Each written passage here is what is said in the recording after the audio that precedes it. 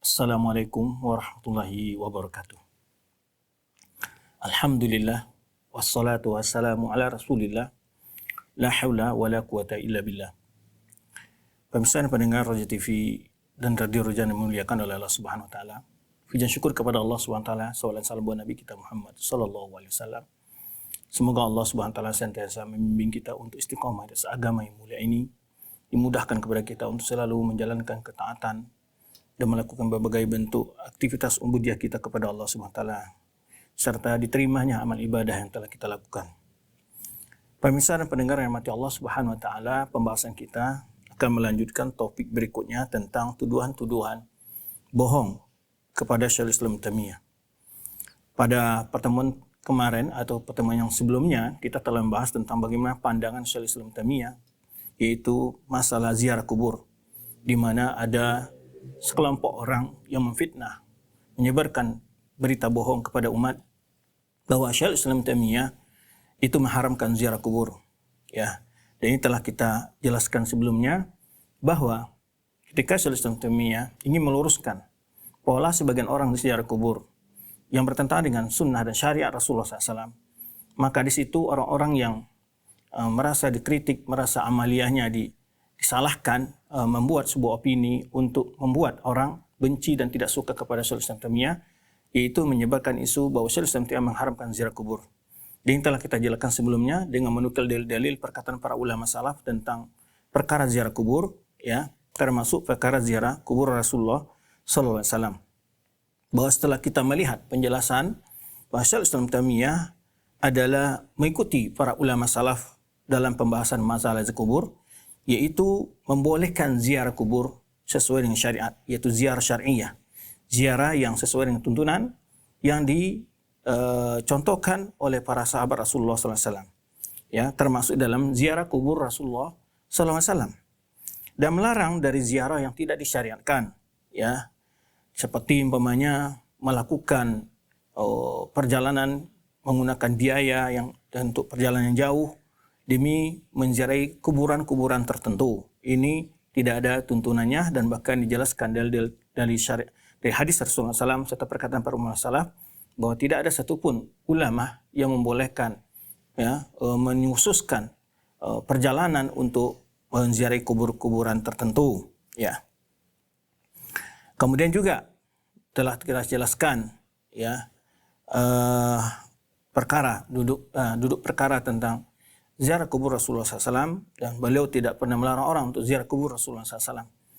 Namun beliau menjelaskan alasan-alasan orang mengatakan bahwa adanya dalil khusus yang memerintahkan menziarah kubur Rasulullah SAW, dan beliau telah menjelaskan dan berdasarkan pendapat-pendapat para ulama salaf serta para pakar hadis, tidak ada satupun hadis yang sahih yang menerangkan ada keutamaan khusus ketika menziarahi kubur Rasulullah Sallallahu Alaihi Wasallam atau ada anjuran khusus untuk menziarahi kubur Rasulullah Sallallahu Alaihi Wasallam. Tapi menziarahi kubur Rasulullah SAW sama, ya, hukumnya seperti menziarahi kubur-kubur yang lainnya. Nah, dengan penjelasan begitu, ya, ada tuduhan berikutnya, yaitu mereka katakan, yaitu bahwa Rasulullah SAW merendahkan kedudukan Rasulullah SAW. Bahwa Syekhul Islam Taimiyah, ya, mereka menuduh Syekhul Islam Taimiyah ketika mengomentari hadis-hadis palsu dan maudhu' serta dhaif tentang adanya anjuran khusus untuk menziarahi kubur Rasulullah SAW, ya, atau pahala atau ketentuan atau bahkan dikait-kaitkan dengan ibadah haji dan sebagainya, ataupun ancaman, bahwa beliau menjelaskan itu hadis-hadisnya semuanya hadis dhaif, ya, dan ziarah kubur Rasulullah SAW boleh dilakukan, ya, tanpa melakukan hal-hal yang dilarang, ya, seperti perbuatan umat-umat yang berlalu, yaitu mereka mengkultuskan kuburan, beribadah di kuburan, menganggap kuburan itu adalah tempat yang paling mustajab dalam berdoa. Ini adalah hal-hal yang bertentangan dengan perintah Rasulullah SAW itu sendiri. Maka lalu mereka membuatkan suatu fitnah bahwa ini orang tidak memuliakan Rasul. Nah, jadi mereka tidak membedakan antara pembahasan ilmiahnya tentang hadis-hadis yang mereka jadikan hujjah dengan hukum ziarah kubur Rasulullah SAW.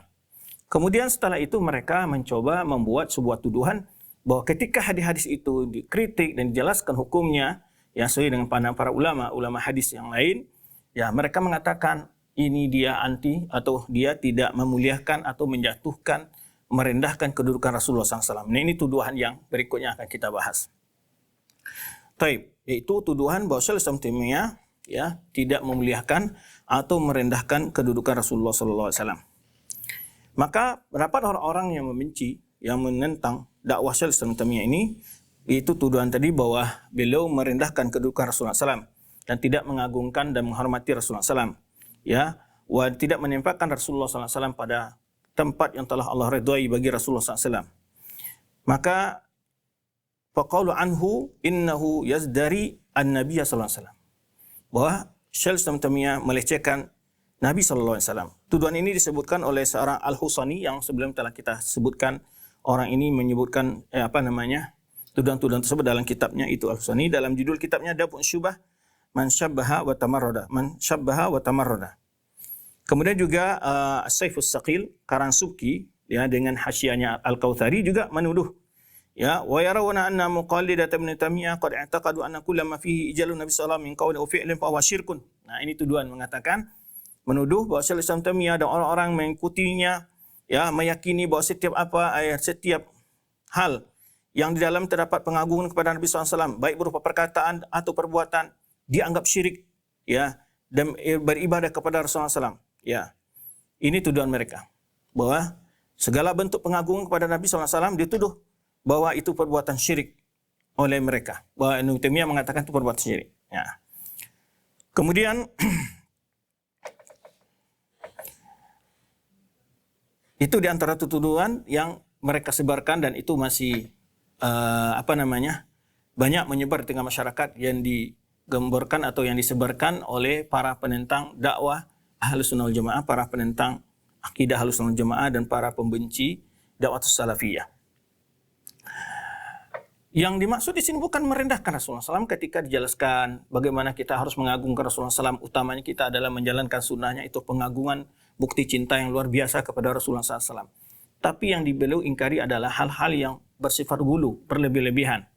Ya, di dalam mencintai atau mengangkat kedudukan Rasulullah SAW pada tingkat yang melebihi kedudukannya sebagai seorang Rasul. Nah, ini yang dijelaskan. Nah, ketika dijelaskan berbentuk perbuatan amalia-amalia yang tidak ada contoh di Rasulullah SAW, lalu mereka membuktikan sebagaimana dalam sebagian pemahaman sufi yang ada di Turki atau di Mesir ya, kita tidak sebut di Indonesia ya, karena di Indonesia nggak tahu juga, mungkin mencontoh hal-hal dari luar itu ya. Mereka ketika ada namanya majelis Barzanji dan majelis Maulid, karena mereka meyakini bahwa Rasulullah SAW hadir di dalam majelis itu. Bahkan ketika mereka mengakui Rasulullah telah datang, itu mereka berdiri ya. Nah, ini ada di dalam ajaran-ajaran sebagian kaum muslimin yang dilaksanakan di tengah masyarakat. Maka ketika itu dijelaskan bahwa perbuatan itu tidak benar, bahkan meyakini adanya Rasulullah datang ke dunia ini sudah jelas bertentangan dengan akidah Ahlus Sunnah wal Jamaah, karena orang yang telah meninggal ya dari dunia ini masuk ke dalam kubur, dia berada di alam barzah dan tidak akan pernah lagi keluar ke dunia ini, baik arwahnya, ruhnya dan sebagainya. Ya. Dan Rasulullah SAW menyebutkan bahwa beliau adalah orang awal dibangkit setelah terjadinya hari kiamat. Jadi Rasulullah SAW tidak dibangkit dari kuburnya, tidak keluar dari kuburnya ya sampai hari kiamat. Nah, dan arwah Rasulullah SAW bertempat di tempat yang paling mulia di sisi Allah Subhanahu wa taala. Ya, dan para anbiya sebagaimana keutamaan para nabi semuanya bahwa mereka adalah jasad, mereka tidak dimakan oleh tanah. Dan ini jelas keyakinan-keyakinan seperti ini. Cuman hal itu ditambah-tambah ya oleh sebagian orang kepada penjelasan-penjelasan yang tidak berdasarkan dalil dan bahkan menentang dalil-dalil yang terdapat di dalam sunnah Rasulullah SAW. Nah, ini sebenarnya yang dikoreksi. Lalu mereka menyimpulkan bahwa ketika dikritik perbuatan-perbuatan yang kadang-kadang menyimpang dari sisi akidah, kadang-kadang menyimpang dari sisi ilmiah, kadang-kadang menyimpang dari sisi amalia, maka mereka membuat sebuah isu bahwa orang ini adalah tidak cinta kepada Rasulullah SAW. Justru karena cinta kepada Rasulullah SAW, ya, maka para ulama menjelaskan sunnahnya, ya, mengajak orang untuk menjalankan sunnahnya. Itu bukti yang hakiki. Bukan dengan membuat rekayasa, memodifikasi sunnah-sunnah Rasulullah SAW dengan ajaran-ajaran yang tidak pernah dicontohkan oleh Rasulullah SAW dan tidak pernah diamalkan oleh para sahabat Rasulullah SAW. Ya.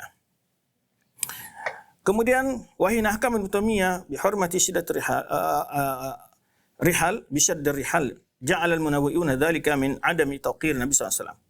Ketika membicarakan tentang hukum melakukan perjalanan ke kuburan bahwa tujuan orang berumrah bermasjid ke Madinah bukan menuju kuburan, tetapi adalah menuju masjid Nabi SAW, dan itu sudah dijelaskan dalil-dalil sebelumnya. Ya, setelah di mana para sahabat pun ketika di Madinah mereka berziarah ke kuburan Rasulullah SAW, dan mereka lebih mengutamakan duduk di masjid Rasulullah SAW. Dan juga bahwa masjid Nabi SAW telah mulia sebelum dikuburnya Nabi SAW di masjid tersebut. Karena ada orang berpahaman bahwa masjid itu mulia karena kuburan Nabi SAW berada di situ. Sehingga ada juga statement atau pemikiran atau pemahaman tengah masyarakat bahwa masjid yang ada kuburan dianggap lebih mulia. Sehingga sebagian orang mengubur orang-orang soleh di masjid mereka. Padahal ini jelas-jelas ada dalil yang melarang perbuatan itu.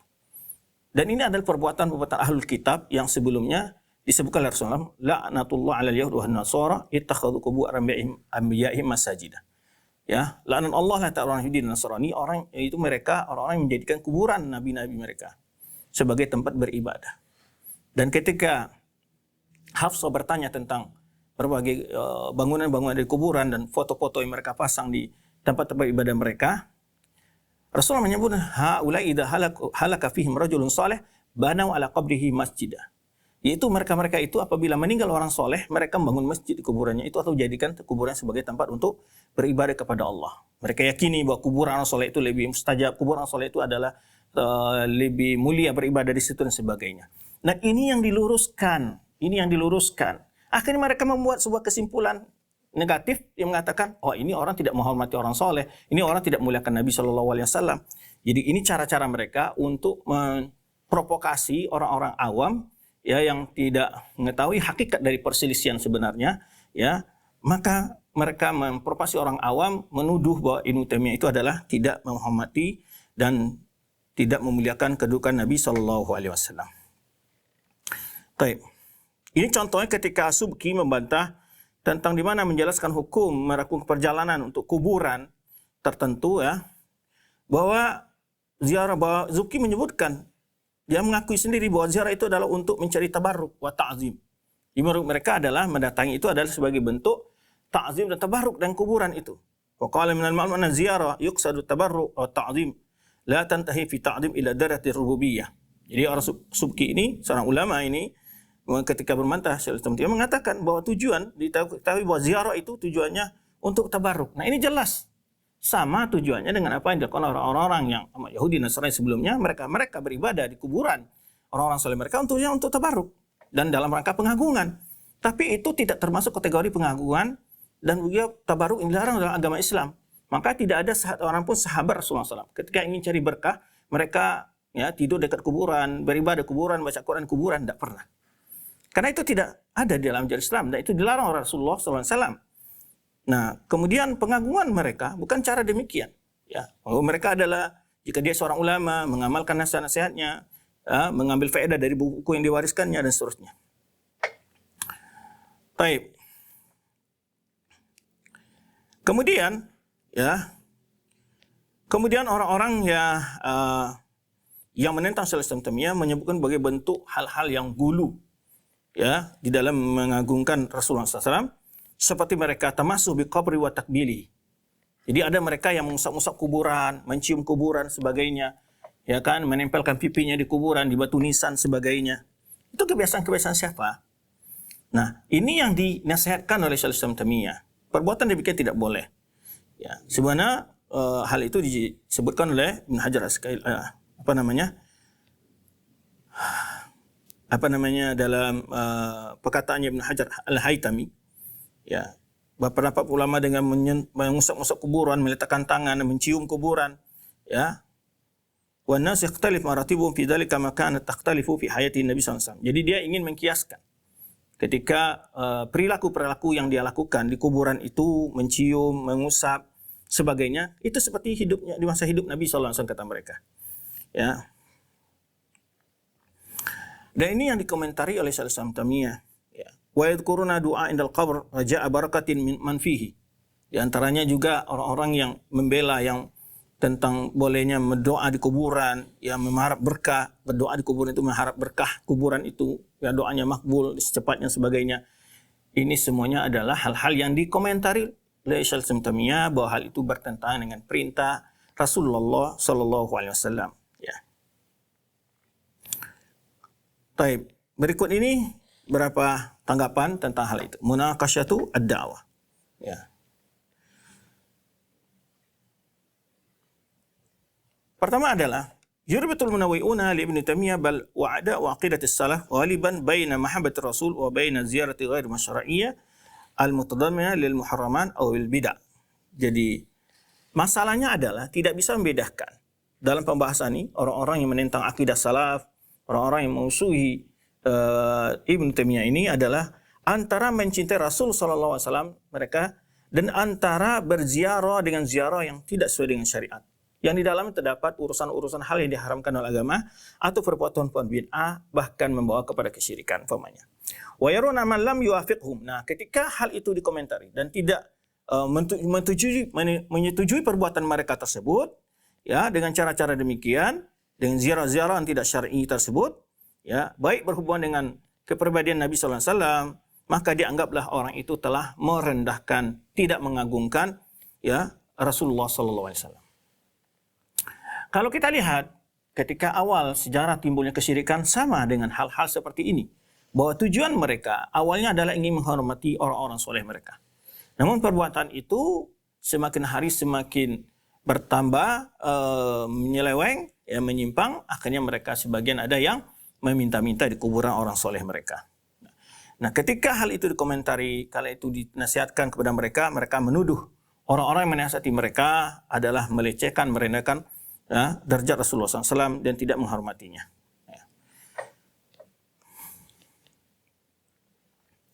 Di sini sebelum itu kita akan menjelaskan bagaimana pengagungan Ibnu Taimiyah terhadap Nabi SAW. Apa hakikat pengagungan Nabi SAW menurut Ibnu Taimiyah?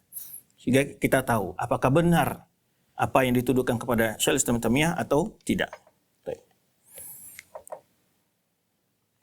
Agar jelas bagaimana pandangan Syekhul Islam Taimiyah tentang menghormati Nabi SAW. Di sini kita nukilkan satu perkataan dari murid Ibnu Taimiyah, yaitu Al-Hafiz Al-Bazzar. Al-Bazzar ini adalah kalangan ulama Syafi'iyah, ya. Ya, itu menceritakan tentang bagaimana Syekhul Islam Taimiyah mencintai Nabi sallallahu alaihi wasallam, ya. Bagaimana Ibnu Taimiyah dalam mencintai Rasulullah sallallahu alaihi wasallam. Itu diceritakan oleh murid beliau atau muridnya Syekhul Islam Taimiyah, itu nama Imam Al-Bazzar, ya. Fayaqul. Nah, ini perkataan muridnya. Wa kana la yadhkur Rasulullah sallallahu alaihi wasallam qattun illa wa yusalli wa sallim. Tidak pernah, ya, wa kana la yadhkur, ya. Syekhul Islam Taimiyah itu tidak setiap disebutkan kecuali beliau bersalawat, ya. Setiap, artinya di setiap, ya, tidaklah beliau menyebutkan nama Rasulullah tidaklah beliau menyebut nama Rasulullah kecuali beliau bersalawat dan mengucapkan salam kepada Nabi sallallahu alaihi wasallam. Maka kadang-kadang juga problema adalah pengertian dan paham salawat di tengah masyarakat perlu diluruskan. Menurut mereka, yang salawat itu adalah apabila ada acara nyanyian, adanya berkumpul bersama, kemudian ada bacaan rawatib. Nah, itu menurut mereka itu salawat. Jadi kalau kita mengatakan sallallahu alaihi wasallam, itu menurut mereka belum bersalawat. Padahal ini salawat. Nah, ini yang perlu diluruskan. Bersalawat kepada Rasulullah SAW bisa setiap waktu dan di setiap tempat. Di berbagai tempat. Tidak ada waktu khusus, kan ada tempat khusus. Nah, ini pemahaman ini. Lalu mereka menuduh orang yang tidak hadir dalam kegiatan-kegiatan salawat yang sifatnya berkumpul-kumpul, bernyanyi dan bergoyang dan sebagainya itu, menurut mereka itu tidak bersalawat kalau orang tidak ikut di situ. Padahal ketika setiap dalam pengajian menyebut Nabi SAW lalu bersalawat kepada Rasulullah SAW, mengucapkan sallallahu alaihi wasallam, itu sudah bersalawat kepada Nabi SAW. Maka hakikatnya orang paling banyak bersalawat kepada Nabi SAW adalah orang yang menghadiri majlis ilmu. Ya, itu utamanya karena dia setiap menyebut hadis Nabi SAW pasti bersalawat kepada Nabi SAW. Nah, ini yang kadang-kadang jadi problema. Dia ketika mengertikan salawat tadi adalah apabila adanya undangan, ada acara makan, ada acara berkumpul-kumpul di satu tempat, kemudian nanti ada rawatib ini baca dan sebagainya. Itu baru salawat menurut mereka. Tapi kalau kita mengucapkan sallallahu alaihi wasallam, Allahumma shalli ala Muhammad, sebagian orang memahami itu, dianggap itu tidak salawat. Ya, maka mereka menuduh orang-orang yang sering mengucap sallallahu alaihi wasallam dalam majelis ilmunya, tapi tidak hadir dalam pertemuan-pertemuan yang ritual-ritual yang diadakan untuk tujuan berselawat, kadang-kadang mereka anggap orang itu tidak berselawat, tidak ikut berselawat. Ini salah. Ya. Ini yang perlu diluruskan. Nah, jadi beliau kata Bazzar tidaklah menyebut nama Nabi SAW kecuali beliau mengucapkan salat dan salam kepada Rasulullah SAW. Wala wallahi ma ra'aitu ahadan ashadda ta'ziman. Nah, wala wallahi. Tidak. Demi Allah, aku tidak melihat seseorang, kata Imam Al-Bazzar, seseorang sangat mengagungkan Rasulullah SAW. Ya. Wala ahras, tidak bersungguh-sungguh dalam mengikuti Nabi SAW. Wa nasra ma ja'a bihi, menolong apa, membela apa yang dibawa oleh Nabi SAW. Ya, aku tidak melihat seorang melebihi dari Ibnu Taimiyah, kata beliau. Ya. Kemudian hatta innahu idza kana awrada syai'an min hadisi fi mas'alatin, ya, apabila beliau Rasulullah menyebutkan hadis-hadis Nabi SAW dalam suatu pembahasan masalah, wa yara annahu lam yamsakhu syai'un ghairuhu, dan beliau berpandangan bahwa hadis ini tidak mansuh, ya, tidak ada yang memansuhkannya pun, min hadisi ya'mal bihi, dan beliau mengamalkannya, wa yaqdi wa yafti bi muqtadah, beliau memutuskan hukum dan berfatwa sesuai dengan hadis Nabi SAW. Itulah orang yang mengagungkan Nabi SAW. Tapi kalau ada orang ya lebih sungguh-sungguh mengamalkan sesuatu yang tidak ada contoh dari Nabi SAW, kemudian orang yang mengamalkan apa yang datang dari Nabi SAW, dianggap orang ini tidak mencintai Rasulullah SAW, ini kebalik cara berpandangnya, kebalik cara berfikirnya, kebalik cara beragamanya jadinya. Ya, orang yang mengagungkan Nabi SAW adalah hakikatnya dia yang membela sunnah Rasulullah SAW dan mengingkari perbuatan-perbuatan bid'ah yang bertentangan dengan sunnah Nabi SAW. Itu hakikatnya. Maka Imam Al-Bazzar menjelaskan bahwa Ibnu Taimiyah ini tidak ada yang menyebut Nabi SAW, ya, kecuali beliau bersalawat bersalam, dan tidak beliau mendapatkan sebuah hadis yang beliau berpandangan hadis itu tidak mansuh, yang tidak dimansuhkan oleh satu pun yang lainnya, tidak ada yang memansuhkannya kecuali Ibnu Taimiyah berpendapat sesuai dengan hadis itu dan memutuskan hukum dengan sesuai dengan hadis itu dan berfatwa sesuai dengan hadis itu. Ini hakikat orang yang mengagungkan Nabi SAW. Kalau ada orang mengatakan khabar ahad la yustadallu bihi fil aqidah, orang mengatakan bahwa hadis-hadis ahad tidak bisa dijadikan hujah dalam akidah, ini hakikatnya orang tidak mengagungkan Nabi SAW. Ya, ini hakikat orang tidak mengagungkan Nabi SAW. Jika ada orang ya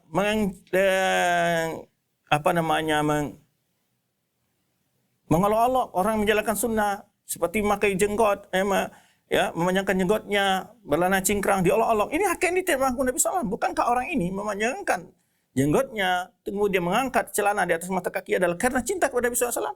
Itulah hakikat orang yang benar-benar cinta kepada Nabi SAW. Sekarang jadi terbalik dalam cara pandang sebagian orang. Ya, jadi menurut mereka, orang yang rajin melaksanakan maulid, orang yang menjadikan salawat-salawat, itu hakikatnya sangat cinta kepada Nabi SAW. Tapi kalau orang itu memanjangkan jenggot, kemudian celananya di atas mata kaki, itu dianggap tidak cinta kepada Nabi SAW. Di mana seperti ini? Ini yang jelas-jelas ada perintah, ada hadisnya. Ya, itulah orang yang mengagungkan Nabi SAW. Mulai dia ingin mencontoh pakaian Nabi SAW, ingin mencontoh bagaimana sunnah Rasulullah SAW. Itu hakikat orang-orang yang benar-benar cinta kepada Nabi SAW. Bukan orang-orang yang membuat ritual amalia-amalia, ya, yang tidak ada diperintahkan, tidak pernah dicontohkan, ya, lalu dianggap mereka lah orang yang super cinta kepada Nabi SAW. Bukan demikian. Hakikat cinta kepada Nabi SAW itu adalah, yang hakikatnya adalah benar-benar berpegang teguh dengan ajaran beliau dan mendudukkan beliau, memuliakan beliau sesuai dengan kedudukan yang diberikan oleh Allah Subhanahu wa Ta'ala. Baik. Kemudian beliau lanjutkan, wala yaltafitu ila qawli ghairihi minal makhluqin. Kalau sudah datang hadis dari Nabi SAW, beliau tidak pernah ya menoleh kepada pendapat siapapun dari makhluk ini. Kainan mengkana siapapun itu. Dan ini sesuai dengan apa yang dikatakan oleh Rasulullah SAW, ya, dan juga yang diamalkan oleh para sahabat, bahkan diperintahkan oleh Allah Subhanahu wa Ta'ala. Wa ma atakumur rasul fakhudhuhu wa ma nahakum anhu fantahu. Apa yang diperintahkan oleh Rasulullah SAW, ambil dan laksanakan. Apa yang dilarang oleh Rasulullah SAW, tinggalkan. Ya. Wa ma kana lil mu'minin wa la mu'minatin idza qada Allah wa rasuluhu amran ay yakuna lahum khiyaratu min amrihim. Ya. Wa kana lil mu'min wa la mu'minatin, tidaklah pantas bagi orang beriman laki-laki dan perempuan apabila Allah dan Rasul memutuskan suatu hukum, ya, ay yakuna lahumul khiyaratu, mereka memiliki pilihan yang lain, tidaklah pantas. Nah, dan juga di awal surah ayat yang pertama dari surah Al-Hujurat menyebutkan, ya ayyuhalladzina amanu la tuqaddimu baina yadayi wa rasulih. Wahai orang beriman, jangan kalian mendahului Allah dan Rasulnya. Apa maksudnya mendahului Allah dan Rasulnya? Mendahului hukum Allah di atas pendapat orang-orang yang mendahulukan pendapat-pendapat orang yang bertentangan dengan hukum Allah, dengan aturan Allah, mendahulukan perkataan seseorang dari atas sunnah Rasulullah SAW, diajar Rasulullah SAW, itu mendahului Allah dan Rasulnya. Maka itu yang beliau katakan. Dan juga ketika adanya perbedaan antara sahabat dalam pandangan masalah haji tamattu dengan haji qiran, haji ifrad, mana yang lebih afdal. Sementara Umar dan Abu Bakar berpendapat haji ifrad lebih utama dengan alasan agar selalu orang berdatangan ke Ka'bah dan Ka'bah tidak pernah sepi. Dan Ibnu Abbas ketika sampai hal itu dan mendebat Ibnu Abbas, ada orang mengatakan pendapat Abu Bakar begini, apa kata Ibnu Abbas? Ya, yushaku an tuzalaikum hijarat minas sama, aku lakum qala Rasulullah SAW, qala Rasulullah SAW, wa taquluna Abu Bakar wa taquluna qala Abu Bakar wa Umar. Saya cemas, saya takut kali ini akan turunkan hujan batu oleh Allah SWT nanti. Saya sampai kepada kali ini perkataan Rasulullah SAW, kalian mengatakan ini perkataan Abu Bakar dan Umar. Jika perkataan Abu Bakar dan Umar saya tidak pantas disandingkan dengan sabda Rasulullah SAW, dengan pendapat Rasulullah SAW, bagaimana dengan orang yang selain mereka? Nah, inilah orang yang hakikat mengagungkan Rasulullah SAW. Baik. Ya, waqala radhiyallahu anhu, ya, berkata beliau Ibnu Taimiyah, Ibnu Abazzar ini menyebutkan, menukilkan perkataan Syaikhul Islam Taimiyah, kullu qawlin innama yuhtaju liqawlihi la bihi illallah wa rasuluh. Ya. Setiap pendapat itu innama yuhtaju liqawlihi, harus ada dalil untuk perkataan pendapatnya dia, kecuali apa yang dikatakan Allah dan Rasulnya, karena itu dalil sendiri. Jadi makanya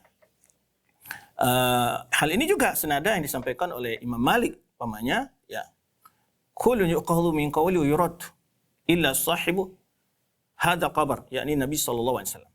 Setiap orang berhak untuk diambil dan ditolak pendapatnya kecuali Nabi sallallahu alaihi wasallam. Baik. Ini sebetulnya tidak ada perbedaan dengan apa konsep yang ditegaskan oleh setiap para ulama, ya. Mulai dari sahabat Nabi sallallahu alaihi wasallam, kemudian para tabi'in dan ulama-ulama besar di kalangan ulama mazhab, semua mereka mengagungkan sunnah Rasulullah SAW dengan bentuk apa?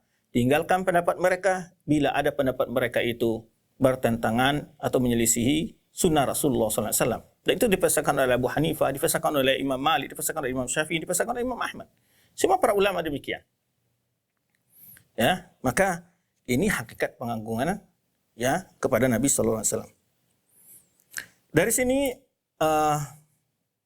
kita nampak bagaimana, ya, cintanya Ibnu Taimiyah kepada Rasulullah SAW dari beberapa sisi. Pertama adalah arduhu siratas Mustafa SAW wa bayanuhu sifat Rasulullah al-khalqiyah wal khuluqiyah. Banyak dalam kitab beliau ini menjelaskan, dalam kitab-kitab yang beliau tulis tentang penjelasan sejarah kehidupan Nabi Muhammad SAW. Menjelaskan tentang sifat Nabi SAW, baik sifat kepribadiannya maupun sifat, ya, fisiknya. Itu dijelaskan. Ya. Sudah seperti mana yang beliau sampaikan dalam ungkapan beliau ini dalam Al-Jawabus Sahih liman bada lidin al-Masih, yaitu jilid 5 halaman 438, ya, beliau berkata, kana min aqbalin nasi tarbiyatan wa nash'atan, bahwa Rasulullah SAW itu orang paling sempurna, manusia yang paling sempurna, ya, dari sisi pendidikannya dalam memberikan pendidikan, juga tarbiyah dalam pendidikan beliau, dan juga dalam segi perkembangan hidup beliau, ya.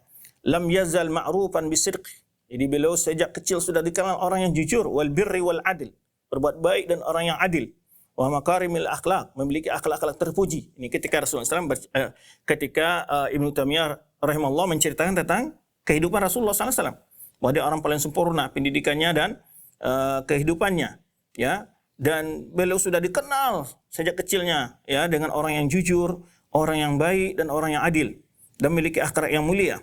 Wa tarkil fawahish wa dzulm, jauh dari perbuatan hal yang keji dan juga kezaliman, ya. Wa kulli wasfi mazmumin, dan semua sifat-sifat yang tercela Rasulullah SAW jauh, ya. Masyhud lahu bidzalika 'inda jami' man ya'rifuhu qabla an-nubuwah. Hal itu disaksikan oleh setiap orang yang mengenal Rasulullah SAW sebelum dia menjadi nabi. Itu sudah dikenal sebelum menjadi nabi, dan ini ma'ruf, ya kan? Tahu semua, setiap kaum muslimin tahu bahwa Nabi SAW sebelum diangkat menjadi nabi sudah digelari oleh orang Quraisy dengan sebagai seorang yang al-amin, ja'al amin, ya. Ketika suatu kali orang Quraisy berbeda pendapat ketika terjadi banjir bandang di Ka'bah, kemudian runtuhlah Hajar Aswad, mereka kembali membangunkan Ka'bah. Kemudian mereka berbeda pendapat setelah selesai membangun Ka'bah, siapa yang meletakkan Hajar Aswad ke posisinya yang semula. Lalu mereka berbeda pendapat. Lalu hampir terjadi percekcokan antara mereka. Lalu mereka membuat sebuah keputusan bermusyawarah, Yang akan berikan putusan di antara kita adalah orang yang pertama masuk ke dalam masjid ini nanti. Menjelar, siapa yang pertama datang, dia memberikan keputusan dan kita redha dengan hukumnya. Tiba-tiba masuk Rasulullah SAW. Mereka mengatakan, Ja'al amin, Ja'al amin. Bagaimana cerdasnya Rasulullah SAW mendamaikan mereka? Ini satu gambaran bahwa Islam itu agama, bahwa sebenarnya Rasulullah SAW adalah membawa perdamaian, ketentraman, dan sampai akhir zaman agama akan menjadi selalu sumber perdamaian. Maka Rasulullah SAW memberitakan mereka untuk mengambil secari kain, ya, kemudian diletakkanlah Hajar Aswad di tengah-tengahnya, lalu masing-masing kabilah tadi memegang pinggir kain untuk membawa Hajar Aswad ke posisinya, meletakkan Hajar Aswad ke posisinya yang asli. Nah, sehingga mereka tidak terjadi pertumpahan darah antara mereka. Jadi mereka sudah mengenal Rasulullah SAW sejak kecilnya sebagai orang yang berakhlak mulia, yang adil. Ya. Maka Ibnu Taimiyah, ya, rahimahullah, menyebutkan di sini hal tersebut diakui oleh orang-orang telah mengenal Nabi Muhammad SAW sebelum diangkat menjadi Nabi. Wa mimman amana Nabi, demikian pula orang telah beriman dengannya. Wa mimman kafara ba'da nubuwwah, demikian pula orang yang tidak mau beriman dengan risalah yang dibawa Nabi SAW setelah dia menjadi Nabi. Mereka sudah tahu bahwa Nabi Muhammad SAW itu adalah orang yang tidak pernah berbohong. La yu'rafu lahu syai'un yu'abu bihi, tidak ada satupun aib yang dikenal daripadanya, dari Rasulullah SAW. Kalau seandainya ada cacat akhlaknya, sungguh orang kafir Quraisy mungkin akan menjual dan mendengungkan dan viralkanlah bahasa sekarang tentang keburukan Nabi SAW. Akan mereka jadikan sebagai bahan untuk menolak ajaran di bawah Nabi SAW. Saking sempurnanya akhlak Rasulullah SAW, orang kafir Quraisy tidak punya celah untuk menjatuhkan kehormatan Rasulullah SAW. Semua yang diceritakan oleh Abu Sufyan ketika Heraklius bertanya tentang sifat Rasulullah SAW, semuanya adalah sifat-sifat yang baik.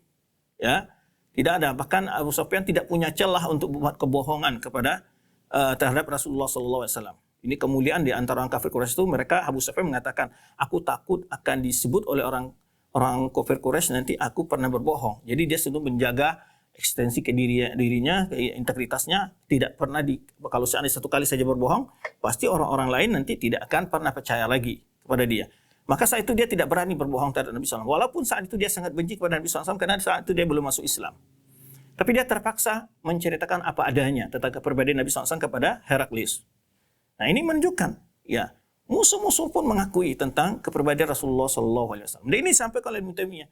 Lalu dijelaskan hal ini oleh Ibnu Taimiyah rahimahullah taala. Loh, kenapa kok ada orang menuduh bahwa Ibnu Taimiyah tidak menghormati, tidak memuliakan, menjatuhkan sebagainya kedudukan Rasulullah SAW?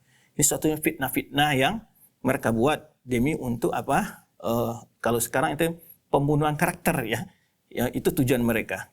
Sehingga orang-orang yang ingin menukil pendapat-pendapat Ibnu Taimiyah ini dianggap oleh sebagian masyarakat, oh ini orang ini berimam menukil pendapat orang yang menyimpang. Nah, itu tujuannya dia buatlah isu-isu negatif tersebut oleh sebagian kelompok.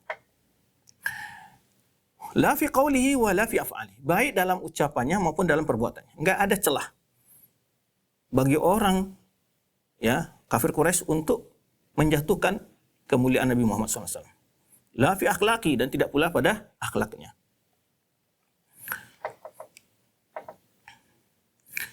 Wala jurib alaihi kadhibun qat, tidak pernah, ya, ditemukan dia berbohong sama sekali selamanya, tidak pernah.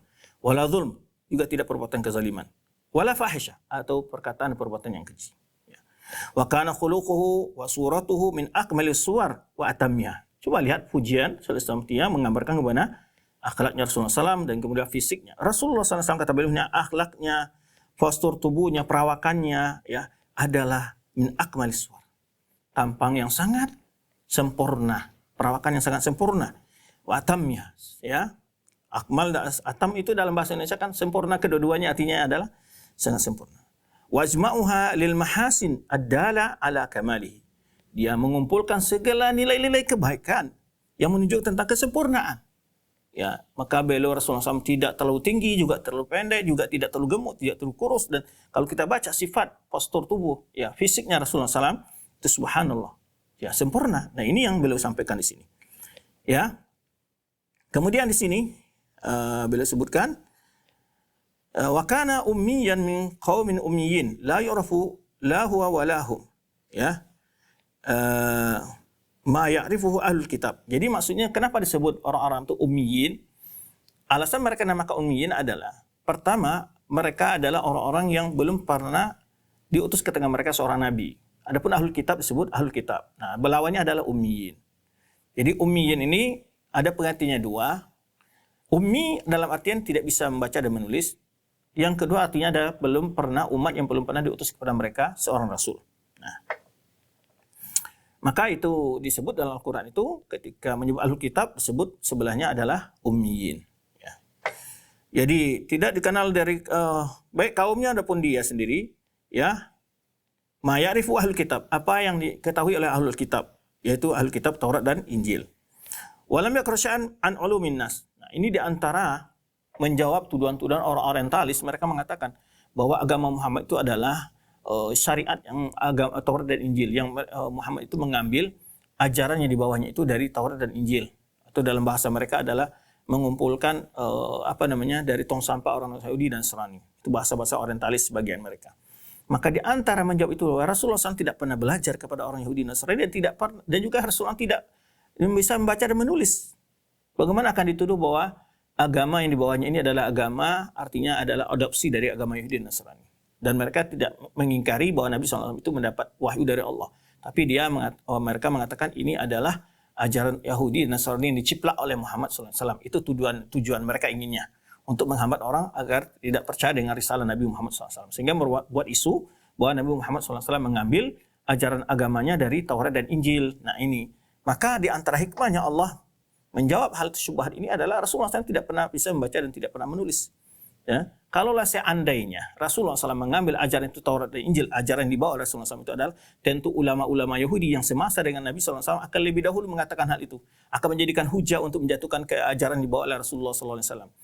Nah ini jawaban bagi orang orientalis yang kadang-kadang dikutip oleh sebagian intelektual Muslim yang di dunia Islam. Ya, pendapat-pendapat ini pendapat yang jelas, pendapat yang ngawur dan pendapat yang tidak sesuai dengan ajaran agama Islam. Baik, kemudian sebutkan di sini.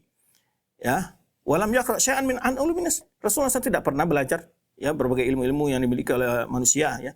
Wala jalasa ahlaha, dan juga tidak pernah belajar. Nah, walam yad'i nubuwata ila anna akmal Allah taala 40 sanah. Walam yad'i an-nubuwatan walam yad'i nubuwatan ila an akmal Allah lahu 40 sanah. Dan dia tidak pernah ngaku sebagai nabi. Ya. Sebelum dia sampai umurnya 40 tahun. Ya, fa'ata bi amrin huwa ajam al-umur wa 'azamuha wa bi kalamin la yasma' al-awwalun. Lalu ketika dia telah mendapat wahyu, dia membawa sebuah hal yang sangat mengagumkan dan sangat agung, yaitu setelah dia mendapat wahyu umur 40 tahun. Yaitu suatu ungkapan yang tidak pernah didengar oleh orang-orang al-awwalun wal akhirun. Orang-orang sebelumnya dan juga generasi mereka. Seperti apa yang dibawa oleh Nabi Muhammad SAW. Wa akhbarana bi amrin lam yakun fi baladihi wa qaumihi man ya'rifu mislah. Dan Rasulullah SAW di dalam ajarannya menyebutkan berbagai hal-hal yang melalui wahyu disampaikan oleh Allah Subhanahu wa taala yang tidak mungkin diketahui oleh kaumnya. Di daerah Mekah tidak pernah hal seperti itu mungkin diketahui oleh kaumnya. Seperti tentang kisah Nabi Isa alaihissalam, Nabi Musa alaihissalam, itu tidak diketahui oleh kaumnya. Itu melalui wahyu didapatkan oleh Rasulullah SAW, bukan berdasarkan belajar kepada orang Ahlul Kitab. Ya, kemudian juga disebutkan tentang ada dua lautan yang bertemu, kemudian airnya tidak saling bercampur, masing-masing tetap pada warna masing-masing. Ini kan tidak pernah ditemukan oleh Rasulullah SAW dan tidak pernah dilihat oleh sahabat Nabi SAW. Tapi mereka beriman kala itu, dan itu kan berada di belahan di luar daerah Arab, Jazirah Arab gitu. Nah, dan ini banyak sekali informasi-informasi yang tidak diketahui oleh kaumnya, dan itu dia mengetahui hal itu melalui wahyu diberikan oleh Allah Subhanahu wa taala. Sehingga banyak perkara-perkara ajaib yang diberitakan oleh Rasulullah sallallahu alaihi wasallam. Ini dalil bahwa yang dibawa oleh Rasulullah SAW itu adalah wahyu. Kemudian lanjutan itu summa qala wa kana Makkatu yahujjuhal Arab min ahdi Ibrahim. Makkah itu sebelum Rasulullah diutus, orang sudah berhaji. Semenjak di masa telah dibangun oleh Nabi Ibrahim Ka'bah, itu sudah orang selalu berhaji ke Makkah. Ya. Fatajtami' fil mausim qabailul Arab. Jadi masanya ketika musim haji, maka kabilah-kabilah bangsa Arab datang ke haji. Maka Rasulullah SAW berdakwah kepada mereka di Mina, menyampaikan risalah yang diperintahkan oleh Allah Subhanahu wa taala. Mereka yad'u ila Allah sabiran ala ma yalqahu min takdzibil mukadzib. Rasulullah SAW mengajak mereka kepada Allah dengan penuh kesabaran dalam menghadapi berbagai tantangan dan celaan dari orang-orang dan umpatan dari orang mendustakan risalah yang dibawa oleh Rasulullah SAW. Perlu sabar. Wajafa'al jafi, orang yang buruk akhlaknya kepada Rasulullah SAW, i'radil mu'arid, dan pengingkaran dari orang mengingkari risalah Nabi Muhammad SAW, ila istama'a bi al-Yathrib.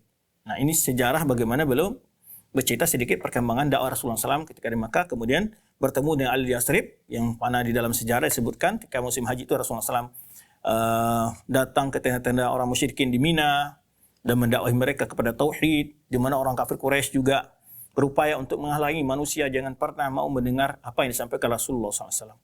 Maka dalam sebutkan dalam kitab sejarah, dalam suatu masa musim haji, yaitu orang kafir Quraisy menyediakan informan di setiap pintu lorong-lorong mau masuk Mekah, jalan-jalan yang akan masuk Mekah itu mereka di sana ada orang-orang yang memberi informasi, memperingatkan agar jangan pernah mau mendengar apa yang disampaikan oleh Nabi Muhammad SAW. Dengan alasan apa? Awas kalian jangan dengar dia. Kalau kalian dengar, kamu kena sihirnya, kamu akan ikut dia. Subhanallah, hari ini juga ada media-media, juga ada gerakan-gerakan orang-orang yang melakukan hal sama terhadap dakwah sunnah. Jangan pernah dengar, jangan pernah menghadiri, itu mereka semaksimal mungkin bagaimana orang tidak kenal sunnah, tidak kenal tauhid, ya, berupaya untuk hal-hal itu dengan tuduhan bermacam-macam. Ya, nah, dulu di masa Rasulullah SAW juga ada perbuatan yang sama. Akhirnya apa? Orang-orang Arab yang datang ke Makkah menjadi aneh. Loh, selama ini kita berhaji nggak ada gerakan-gerakan masif seperti ini, gitu ya. Siapa ini Muhammad? Lalu mereka penasaran. Akhirnya mereka ketika dilarang justru mereka penasaran. Ya, kalau dia sihir kita kenal kok apa itu sihir gitu kan. Bahkan di antara mereka juga ada yang tukang sihir mungkin berhaji kan tuh. Saya tahu ciri-ciri sihir gitu kan. Nah, lalu tidak sedikit hal itu sebagai promosi bagi dakwah Nabi Muhammad SAW. Akhirnya mereka mencari bertanya-tanya, itu mana yang Muhammad yang disebut orang-orang kafir Quraisy itu kan. Akhirnya mereka mendengar dakwah penjelas Nabi SAW. Bahkan di antara mereka ada yang mengungkapkan, pertama melihat wajah Rasulullah SAW aja mereka sudah tahu, inna hadzal wajah laysa biwajhil kadzib. Ini wajah orang bukan pembohong ini. Orang jujur ini. Dari postur tubuh, dari perawakan, dari wajahnya sudah kelihatan bahwa ini ada orang-orang yang jujur gitu ya. Nah, itu gerakan Quraisy tadi jadi yang masuk tadi menjadi gagal sekali. Wa yamkurullahu khairul makirin. Mereka membuat tipu daya, Allah juga membuat tipu daya terhadap tipu daya mereka, dan Allah sebaik-baik yang membuat tipu daya, buat menghancurkan tipu daya mereka. Maka Rasulullah SAW berdakwah di kota Mina itu, ya, dulu tentu belum kota ya, datang ke tenda-tenda mendakwai mereka. Bahkan Rasulullah SAW berkata, ya, may ya'khudhuni ila qaumi fa innal quraisy qad mana'ani an uballigha kalam rabbi. Siapa di antara kalian yang mau membawa aku ke kaumnya? Sungguh orang kafir Quraisy telah menghalang-halangiku untuk menyampaikan ya kalam Rabbi, perkataan Rabbku. Ya. Kemudian pertama terjadi Bai'atul Aqabatul Ula, ada 12 orang dari Yathrib yang beriman dengan Nabi sallallahu alaihi wasallam. Ketiga pemuda-pemuda dari Yathrib ini, yaitu yang datang orang dari Yathrib ini, dan nama lain untuk kota Madinah ya, sebelum dikenal dengan kota Madinah namanya adalah Yathrib. Nah, orang Yathrib ini, kaum Aus dan Khazraj ini selalu menghadapi semacam doktrin dan ancaman dari orang Yahudi. Ya, orang Yahudi mengancam akan datang Nabi yang terakhir, kami apabila telah diutus Nabi ini, kami akan ikuti mereka dan kami akan perangi kalian dengan sebagaimana menghancurkan sebagai hancurnya kaum Samud. Akhirnya orang Aus dan Khazraj yang pergi haji ini ingat itu, apa yang disampaikan orang, jangan. Maka mereka mengatakan, jangan sampai kita didahului orang kaum Yahudi dan Nasrani, maka kita beriman dengannya. Akhirnya mereka beriman, di Bai'atul Aqabatul Ula 12 orang, kemudian tahun depannya lagi 72 orang, dan seterusnya, sehingga bertambah, dan akhirnya Rasulullah mengirim Mus'ab bin Umar untuk sebagai sahabat yang mengajarkan Islam kepada mereka-mereka yang baru masuk Islam dari kaum Yathrib tersebut. Nah, ini Ibnu Taimiyah menyampaikan sejarah kehidupan Rasulullah SAW, sejarah dakwah Rasulullah SAW. Ini yang poinnya di sini ya. Wa kanu jiranul Yahud. Jadi orang Yathrib ini adalah tetangga orang Yahudi, yaitu di Madinah ada 3 kelompok kaum Yahudi atau suku kaum Yahudi, yaitu kaum Bani Quraidah, Qainuqa, kemudian Banu Nadir. Baik. Kemudian setelah itu qad sami'u akhbarahu minhum. Nah, ini yang tadi kita sebutkan, yang mana orang-orang ahli Yathrib ini mendengar berita Nabi sallallahu alaihi wasallam dari orang Yahudi. Ya, wa arafuhu, dan mereka kenal ini. Wa arafuhu, dan mereka mengenal Nabi sallallahu alaihi wasallam melalui cerita-cerita yang disebut oleh orang Yahudi tadi. Ya, falamma da'ahum alimu annahu nabi. Tak kala Rasulullah SAW mengatai orang kaum Yathrib ini, mengajak mereka beriman, ya, dan mereka mengetahui bahwa ini adalah Nabi al-Muntazar yang ditunggu-tunggu, yang dikabarkan oleh orang Yahudi.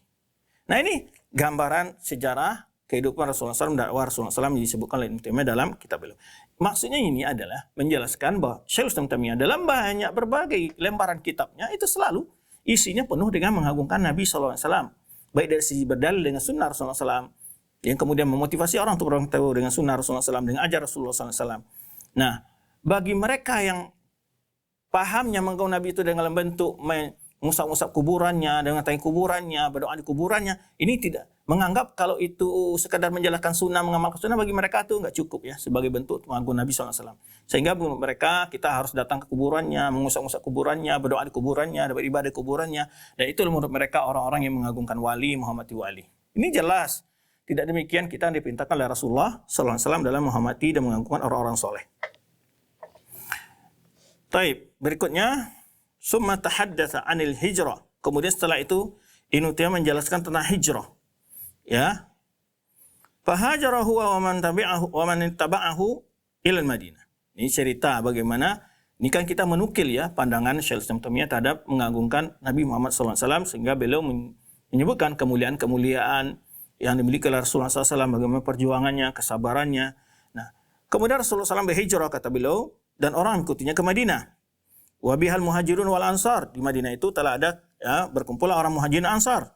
Laisa fi man amana bi raghbatin dunyawiyah. Maka di sini beliau juga menyebutkan tentang kemuliaan imannya para sahabat. Tidak ada di kalangan mereka itu yang beriman karena mencari kesenangan duniawi. Ya, wala bi rahbatin. Bukan juga karena takut. Illa qalilan minal ansar aslamu fi dzahir. Kecuali memang sebagian orang-orang ansar yaitu kaum munafikin, ya.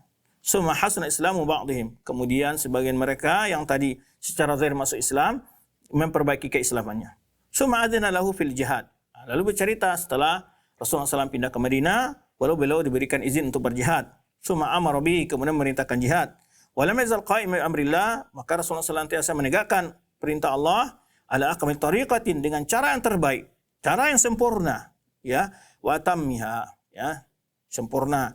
Min sidqi wal adli wal wafa, dari kejujuran, keadilan dan wafa. Ini adalah kalau sih kejujur, kalau wafa itu jujur dalam menepati janji.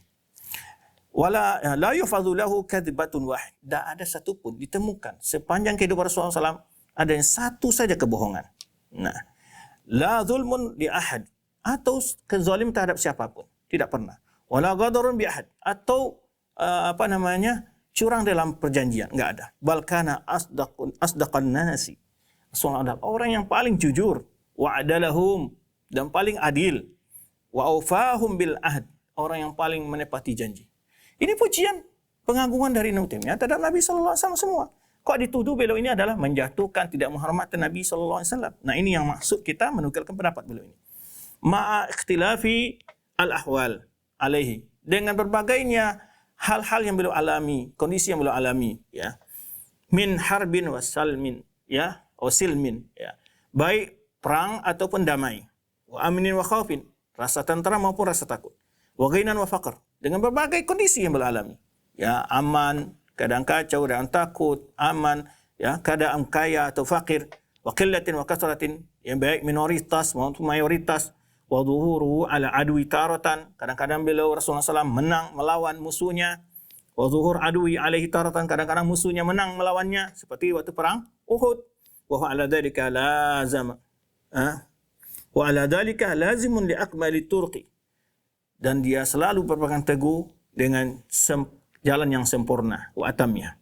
Wa sallallahu alaihi wasallam ma'a dhuhuri amrihi, Nabi sallallahu alaihi wasallam walaupun dia memiliki kekuasaan, yang memiliki pengaruh yang besar, ya, wa ta'atil khalqi lahu, walaupun makhluk taat kepadanya, wa taqdimihim lahu ala nafsi walam, di mana para sahabat Nabi SAW lebih mendahulukan mencintai Rasulullah SAW daripada jiwa dan harta mereka.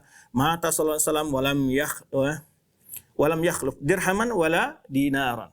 Ketika Rasulullah SAW meninggal, tidak mewariskan, ya, harta benda, tidak mewariskan uang dan perak dan emas. Wala syatan, juga tidak kambing, ya, batang ternak.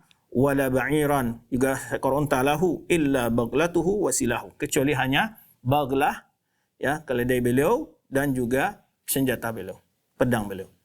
Jadi ini menceritakan bagaimana kehidupan Rasulullah SAW sampai wafat. Rasulullah SAW itu bukanlah orang yang memiliki harta kekayaan yang bisa diwariskan kepada anak cucunya.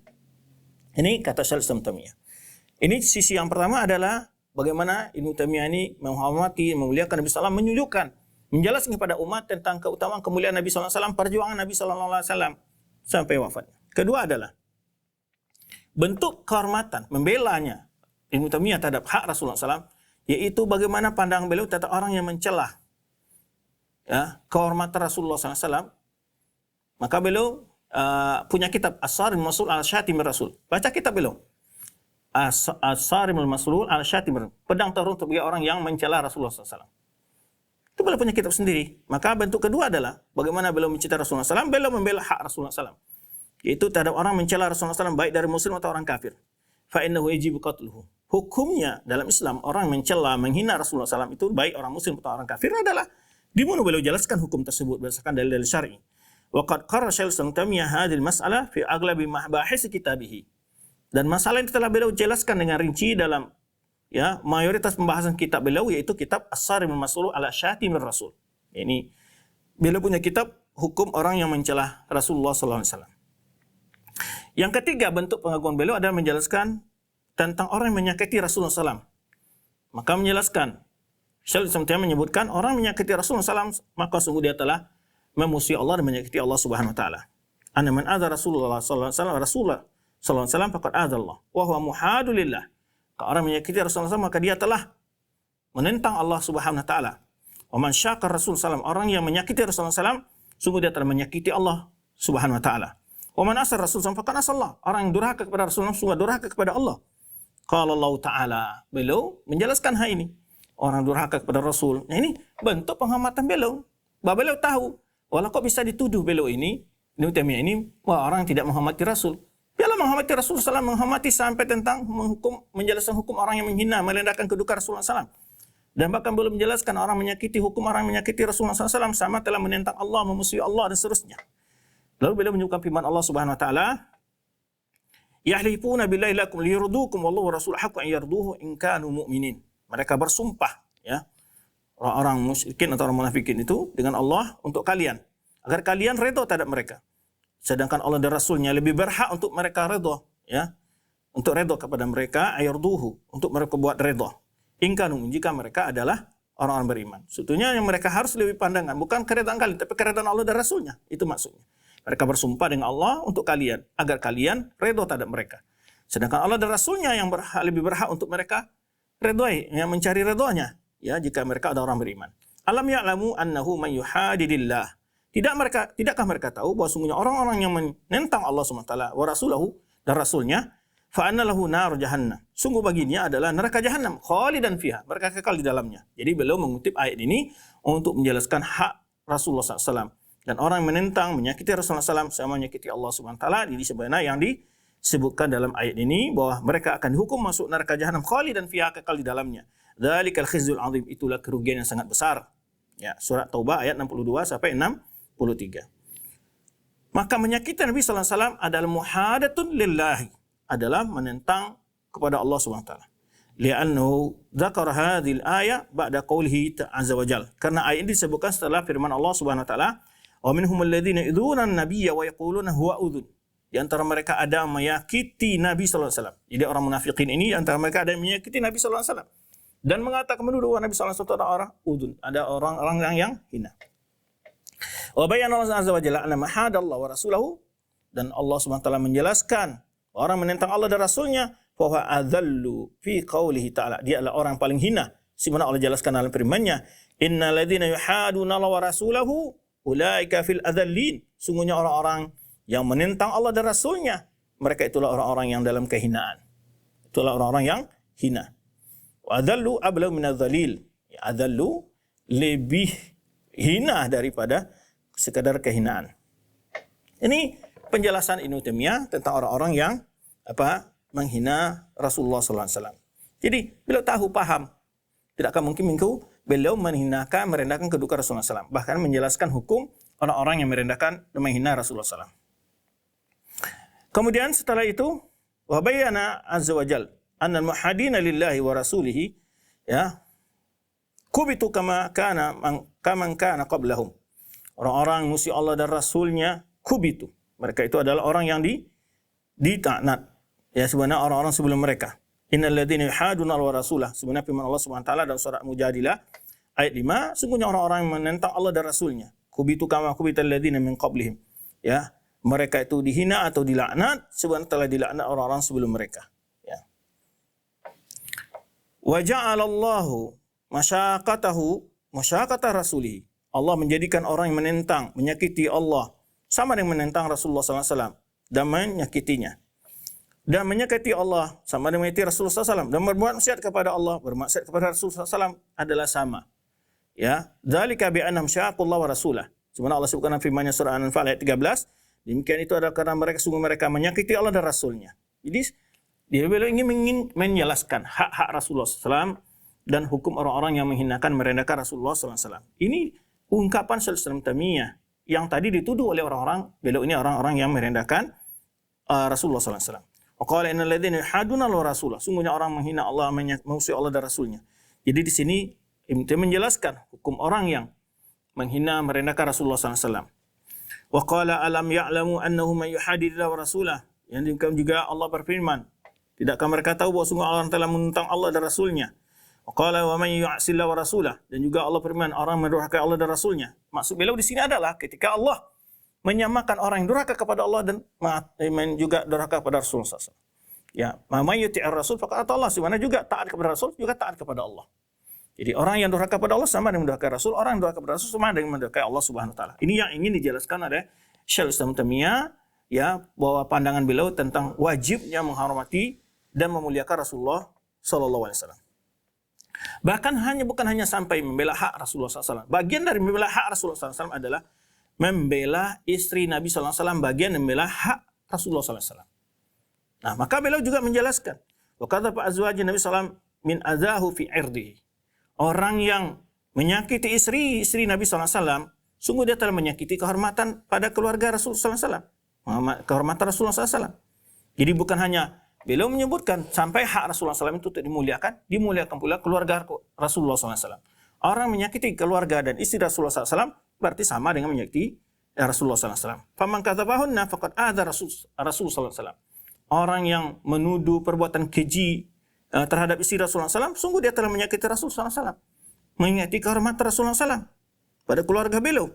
Wa qala Allah azza wa jalla. Lalu beliau menukil firman Allah Subhanahu wa taala tentang istri-istri Nabi SAW. Innal ladzina yarmuna al-muhsanatil ghafilat al-mu'minat lu'inu fid dunya wal akhirah wa lahum adzabun azim.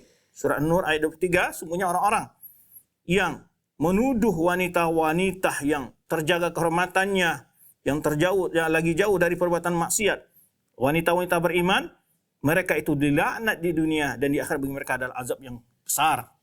Jadi beliau nukil firman Allah Subhanahu wa taala, orang yang menyakiti istri Rasulullah SAW, karena ayat ini turun berkenaan dengan orang-orang munafik yang menuduh Ummul Mukminin Aisyah anha melakukan suatu perbuatan yang tidak pantas. Nah, bagaimana akan dituduh Syaikhul Taimiyah merendahkan Nabi SAW? Bahkan beliau menjelaskan hak-hak Rasulullah SAW. Dan juga menjelaskan bagian dari mengagungkan Rasulullah SAW adalah mengagungkan istri Rasulullah SAW dan tidak menjelek-jelekan atau merendahkan istri Rasulullah SAW. Kemudian Rasulullah SAW kemudian Syaikhul Islam Taimiyah juga menjelaskan tentang hak Rasulullah SAW, maidul ala anna katbahunna adzal Nabi SAW, bahwa menuduh menyakiti istri Rasulullah SAW, bagian yang menyakiti Nabi SAW adalah ungkapan Nabi SAW ketika peristiwa al-ifki. Al-ifki, fitwa al-ifki ini adalah yaitu kejadian ketika Aisyah dituduh oleh orang munafik telah berbuat sesuatu perbuatan yang keji. Apa kata Rasulullah SAW? Ya ma'syarul muslimin, may ya'dzuruni min rajulin, ya, wahai kaum muslimin, siapa di antara kalian yang mampu membelaku dari seseorang yang telah balagha adahu, yang telah dia menyakitiku sampai telah melewati menyakitiku fi ahli baiti, itu terhadap keluargaku. Maka Rasulullah tidak terima ketika Aisyah dituduh oleh orang munafikin terbuat sesuatu yang keji. Maka Rasulullah SAW meminta, may ya'zuruni, siapa yang bisa membelaku dari seseorang yang telah melampaui dia menyakitiku kepada dalam keluargaku. Wallahi ma alimtu min ala ahli illa khaira. Aku demi Allah bahwa keluargaku ini tidaklah aku ketahui kecuali dia adalah orang yang baik. Nah, ini Ibnu Taimiyah dalam membela hak Rasulullah SAW, termasuk beliau katakan ada wajibnya menjaga hak Rasulullah SAW pada istri-istri Rasulullah SAW. Perkataan Ibnu Taimiyah, faqauluhu may ya'dzurni, Ibnu Taimiyah mengomentari hadis ini, perkataan Rasulullah SAW may ya'dzurni artinya may yang sifuni wa yaqimu udri, artinya siapa yang mau bisa membelaku dan menegakkan alasanku atau memberikan hukuman ya terhadap orang yang telah menyakitiku. Idzan tasaftu minhu, jika aku meminta keadilan terhadap orang ini. Lima balagani min azahu, karena dia telah menyakitiku dalam keluargaku. Wallahu lahum, ini wallahi lahum fasabata anhu sallallahu alaihi wasallam qad ta'adza bidzalika ta'dhiyan i'tadhara minhu.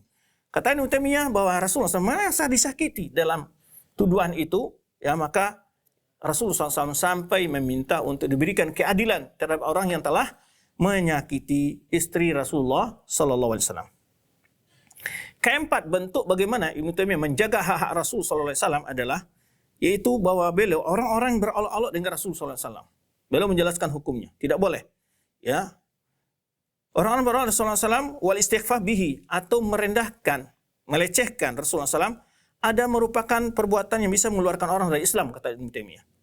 Ini bentuk beliau membela hak Rasulullah sallallahu alaihi wasallam, Muhammad Rasulullah. Berdasarkan firman Allah Subhanahu wa taala dalam surah At-Taubah, yaitu ayat 65 sampai 66, Qul abillahi wa ayati wa rasuli kuntum tastahzi'un la ta'tadhiru qad kafartum ba'da imanikum. Apakah dengan Allah dan ayat-ayatnya dan Rasulnya kalian berolok-olok? La ta'tadhiru, jangan kalian mencari-cari alasan, kata Allah SWT. Qad kafartum ba'da imanikum. Sungguh kalian telah kafir setelah kalian menjadi beriman. Ini adalah ayat turun ketika orang munafik sepulangnya Rasulullah SAW bersama sahabatnya dari perang Tabuk. Turunlah ayat ini, sebabnya adalah ketika orang-orang munafik dalam perjalanan kembali ke Madinah mengejek sahabat Nabi SAW. Bukan Nabi secara langsung, tapi sahabat Rasulullah SAW, dikatakan oleh mereka, ma ra'aita mithla qura'ina haula'i argabu butunan wa aqdabu alsunan wa ajibanu 'inda liqa. Kita tidak melihat orang-orang yang tahu agama ini, orang-orang yang sok alim ini, itulah bahasa kita sekarang mungkin ya. Dia orang yang orang yang banyak makan, orang yang banyak makannya, orang yang banyak bohongnya, orang yang pengecut ketika berperang. Itulah sifat yang diberikan orang munafik kepada sahabat Nabi SAW. Ya, ini berarti menyakiti sahabat Nabi SAW, menyakiti Rasulullah SAW. Maka turunlah ayat ini. Qul abillahi wa ayati rasulihi kuntum tastahzi'un. Apakah dengan Allah dan ayatnya dan Rasulnya kalian berolok-olok? Maka itu kalau dibaca pendapat-pendapat para ulama dalam semua mazhab, berolok-olok dengan ajaran agama itu sangat berbahaya sekali. Ini perlu diingat oleh orang-orang tua. Kadang-kadang orang-orang demi konten, demi status, kadang-kadang membuat sesuatu hal yang memperolok-olok ajaran agama. Apakah itu azab kubur, atau tentang azab neraka, atau orang menjalankan agama, berolok dengan orang pakai jenggot dan sebagainya. Ini bagian dari berolok ajaran Islam. Ini sangat membahayakan dan mengkhawatirkan keimanan seseorang. Maka perlu diwaspadai. Maka Ibnu Taimiyah menjelaskan ini sampai mengatakan orang berolok dengan Rasulullah SAW, dengan sahabat Nabi SAW. Bagian dari melecehkan kehormatan Rasulullah SAW. Baik. Kemudian yang kelima, bentuk bagaimana Ibnu Taimiyah itu mengagungkan Rasulullah SAW adalah wajibnya kembali kepada Rasulullah SAW, menerima hukum yang telah ditentukan oleh Rasulullah baik zahir maupun batin.